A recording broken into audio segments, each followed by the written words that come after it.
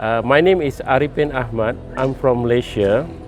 We are here in Pakistan. We just arrived 2 days ago, and we are on a tourism for friendship bike ride, Malaysia and Pakistan, and we have 22 of us in a group.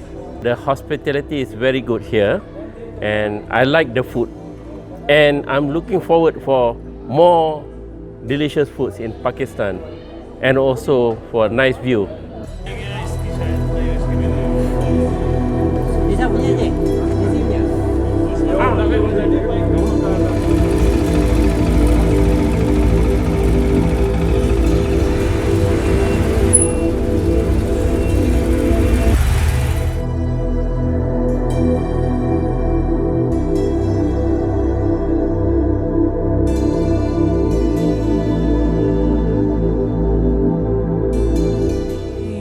आईपू bikers club है Malaysia, ये covid से पहले भी आए थे, part 1 ये कर चुके हैं, दिस इज़ पार्ट 2।